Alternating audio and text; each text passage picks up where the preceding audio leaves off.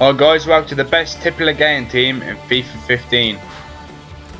First off, we're going to start off by putting in the manager, so that once we do put in the players, they will all get the perfect chemistry with that 10 chemistry. And firstly in that we've got Orland, and he made so many great saves, spectacular reflexes, just the way he flies across the net.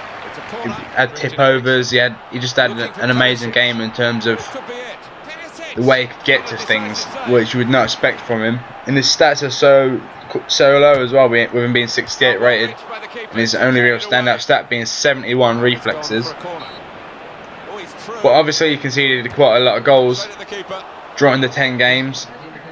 But that's just the nature of this year's FIFA. But overall, he was phenomenal with some of the saves that he pulled out.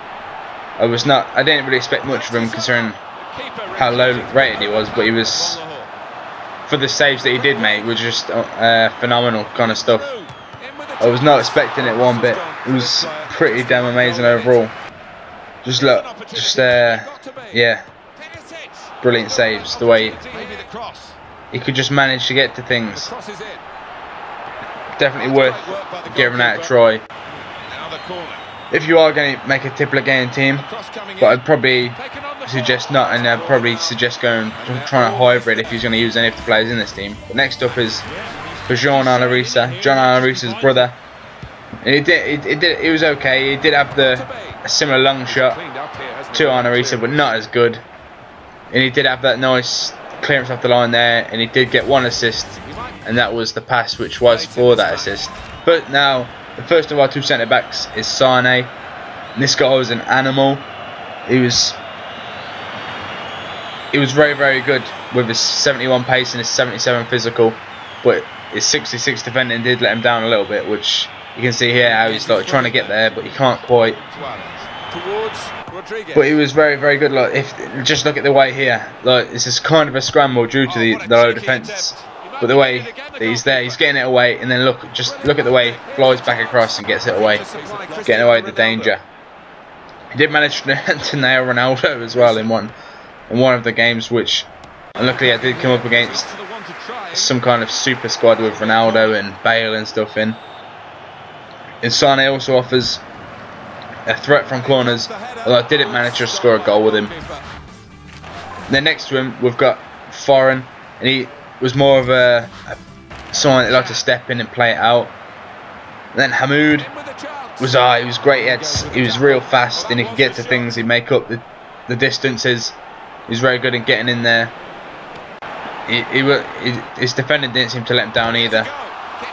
He made blocks and great interceptions. Then the first of our midfielders is Morten Gamps Pedersen. Some people might remember him. I did manage to score 3 goals with him in the 10 games, but they was all penalties. But they are some nice penalties he has, if you'll have a look. And Pedersen was the soul of the team, really. As if he didn't have a good game, then the whole team struggled overall. But if he had a good game, then the whole team would play well. Tend to win that game.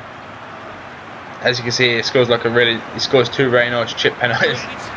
After my opponents are trying out these new animations, and then he did score another penalty, which was an absolute belter into the top corner.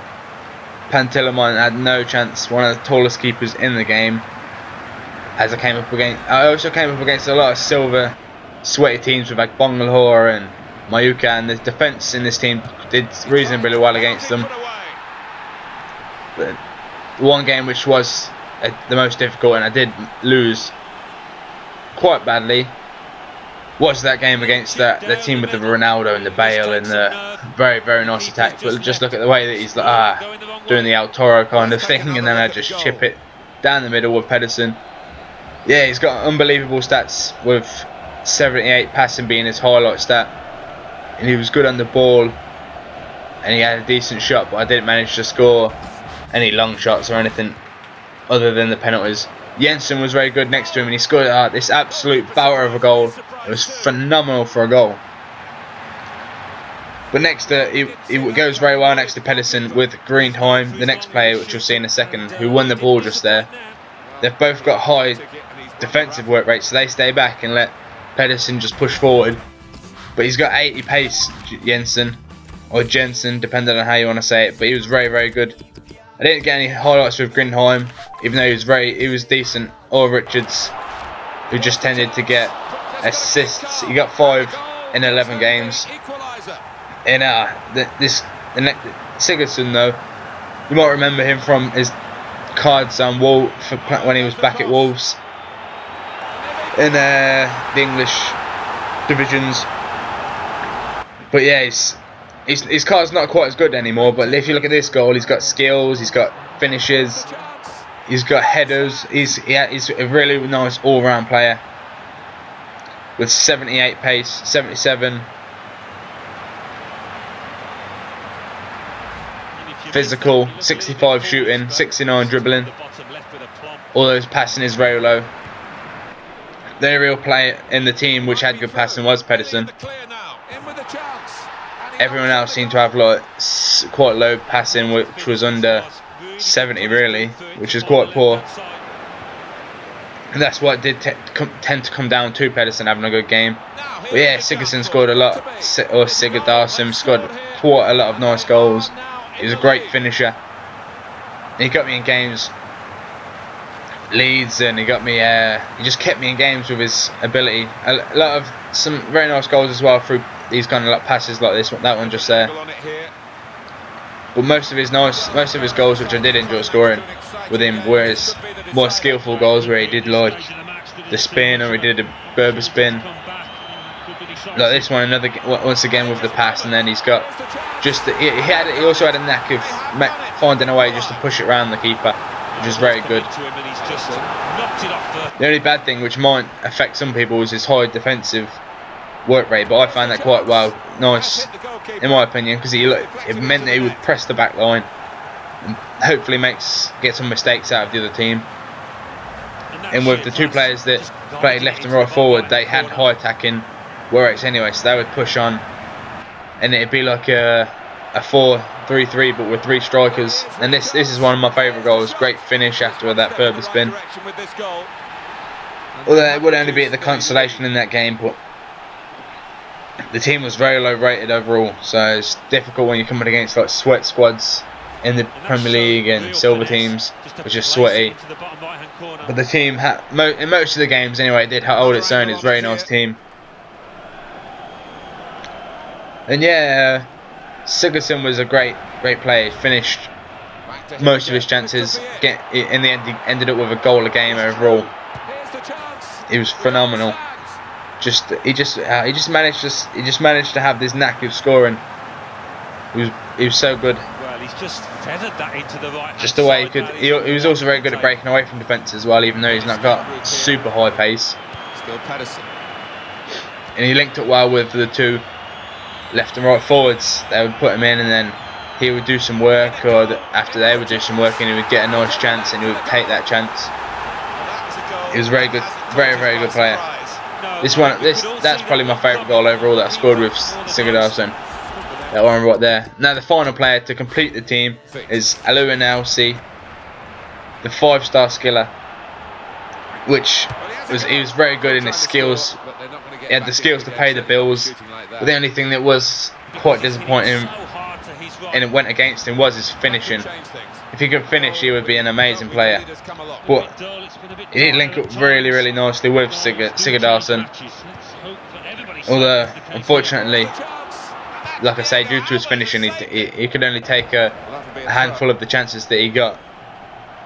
And so I tried to put in a few of the nice skill tight run type things where he's got a chance. I haven't put any of the ones where like I've started quite low back, but not ended up getting quite far, but not towards the goal of getting a chance out of it. Just placed that into the bottom right, made it look well, if you look at this finish here, I don't see he seemed to like flat to deceive with his finishing sometimes. It's like this one as well at near post. It's just I don't know, if he was more consistent with his finishing, he'd be such a great player on FIFA. Because he's got decent pace at 82 and decent dribbling at 76. But yeah, somehow he seemed to be better at link-up play than he was finishing, even though he's got 4 more shooting than he has passing. I don't know. It was kind of like Douglas Costa in the Shakhtar team, but this time Lewandowski was a lot better. And when I was making this team, I ended up buying the wrong one. I brought his brother, who plays in the Bundesliga, first, which was kind of a mistake. But in the end, I picked up the right man, and it seemed to work out in the end. As the highlight of this team was, I don't know, it was nice overall, the team. This is my favourite goal with him, even though there's a lot of fortune in that finish after it got deflected. But he comes in with the Rabona fake and then hits him with the Waka Waka before finishing. Like I say, he was quite poor at finishing. That's why he could use all the help he could get. And so yeah, that's the team. And if you have a look, it does have full chemistry once you get all the players in and the manager. And here you can just have a look at the stats. Risa got 1 assist in the 10 games. Sane didn't get any goals or any assists. Foreign managed to pick himself up 1 assist. Hamoud didn't pick any accolades up. No yet bookings or goals or assists. Jensen picked up 2 assists as well as that great goal which he scored from long range. Pedersen, what am I on about? Scored the 3 penalties as well as picking up 2 assists. Grindheim didn't pick up any bookings or any goals or any assists. Richards picked up 5 assists. I'd just like to go back to Grindheim though. He was very good. Overall, he was quite physical and he was a real tough battler. And then the stand-up player in this team is Sigurdarsson with those 10 goals in the 10 games as well as 2 assists. He was phenomenal in this team. But like I say, Pedersen was the man which made everything happen. But the star player in this team for me has got to be Sigurdarsson. After that, his stand-out performances of all those goals. And overall, the team was very cheap. That's why I gave it quite a decent rating. But it did concede quite a few goals. So I had to give it a 7 out of 10. Anyway guys, I hope you found it enjoyable. Thanks for watching and I'll see you in a bit.